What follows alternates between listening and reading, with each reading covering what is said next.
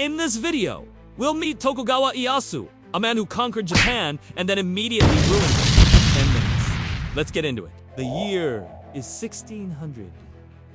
4 decades, Japan has been in civil war. Hundreds of local lords called daimyo fought each other for land, power, and prestige. They did battle with armies of samurai, these fierce warriors who followed a strict code of honor. But now, the country is about to change forever, because one samurai named Tokugawa Ieyasu just won the biggest battle in Japanese history. Ieyasu wasn't the most talented fighter or the best tactician. He didn't invent any new battle strategies, and he didn't really have the best army either. His soldiers were actually mostly peasants armed with pikes, farming tools, and a lot of anger after years of being ordered to lay down their rice paddles to fight in the war instead. But what Ieyasu lacked in skill and training, he made up for with cunning and patience. And his plan was simple: be the last one standing. He built alliances with other lords, and fought against rival clans. Slowly but surely, his army grew bigger and more powerful. Eventually, he even defeated the warlords that had allied with him, seizing their lands and adding them to his own domain. By 1600, half of Japan was under his control. Then came the Battle of Sekigahara. This was the biggest battle in Japanese history, with over 200,000 soldiers fighting on the battlefield. Ieyasu's army outnumbered his enemies 2-1. But even with that advantage, the battle was long and hard-fought. But eventually, his forces won. And when the dust settled, almost everyone in Japan was under his rule except for one guy named Shimazu Yoshihiro, who refused to surrender. But he was just a minor lord.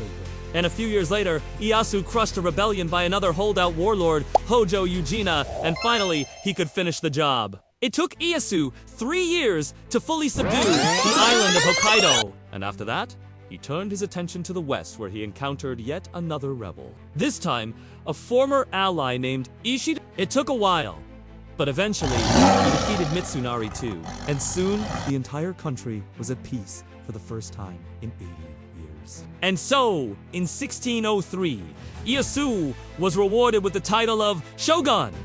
This was basically the title of emperor in all but name. And so, at the ripe old age of 61, Ieyasu became the most powerful man in Japan, at least according to the emperor. You see, the real power in Japan was held by the hereditary shoguns, the military leaders who directed the country's defense. And they were kind of like prime ministers, except they were way more powerful.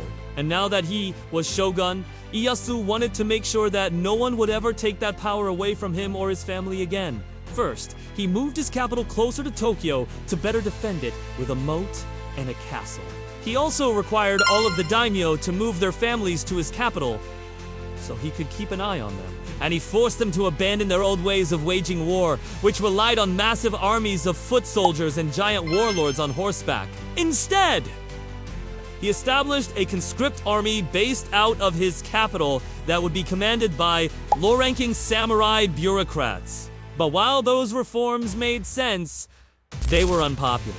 Many daimyo saw it as a threat to their independence, and many samurai hated having their fighting style dictated by book-smart pencil pushers. So a bunch of them hatched a plot to overthrow Ieyasu and replace him with someone else. Their target was his son, Tokugawa Ieyasu, who was known for his womanizing and general in. They thought that if they assassinated him and installed Ieyasu's more popular third son, the throne would be more secure. But there was only one problem with that plan. Tokugawa Ieyasu found out about it. He had the ringleaders put to death and then sent his 2 favorite sons to the most remote parts of his empire as punitive governors. Even though he was a dictator, he still played favorites. Still, this wasn't enough to quell the resentment among the samurai. So, a few years later, some of them launched another coup. This time, targeting Ieyasu himself. But once again, he saw it coming, and he crushed the rebellion before it began. Again, he had the ringleaders put to death, but this time, he decided to go a little further. He created a secret police force to watch his court and keep tabs on anyone who might be plotting against him. To keep the peace, Ieyasu also enacted a series of laws. Shoguns weren't supposed to have personal wealth, but he allowed himself to keep the loot from the battles he'd won. Plus, the taxes from his subjects. He also strictly regulated marriage to prevent another war.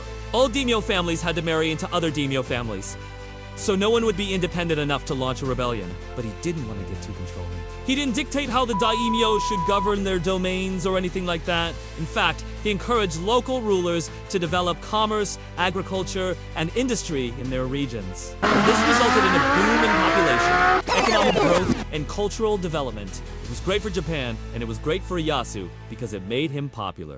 His secret police were able to identify and neutralize threats to his regime before they became serious problems. The rest of the country was largely left alone to prosper, and as a result, Tokugawa Ieyasu went down in history as a wise and benevolent ruler. Except he wasn't. Sure, he crushed rebellions and gave his people a long period of peace and stability, but he also ruled like an absolute monarch. No one could become shogun after him unless he chose them. He tightly controlled the government, the economy, marriage, trade, and pretty much everything else. Not to mention, he had hundreds of his subjects put to death for plotting against him. So, despite the myth of the benevolent leader, Tokugawa Ieyasu was really more of a tyrant than a good guy. Still, he did unite Japan and lay the foundations for a golden age, both of which are pretty good things. Just don't expect your head to stay on your shoulders if you cross them. Well, thanks for watching. I hope you enjoyed this episode with a special thanks to our patrons. Want to see your name at the end of episodes? Then you too can support us on a crowdfunding platform.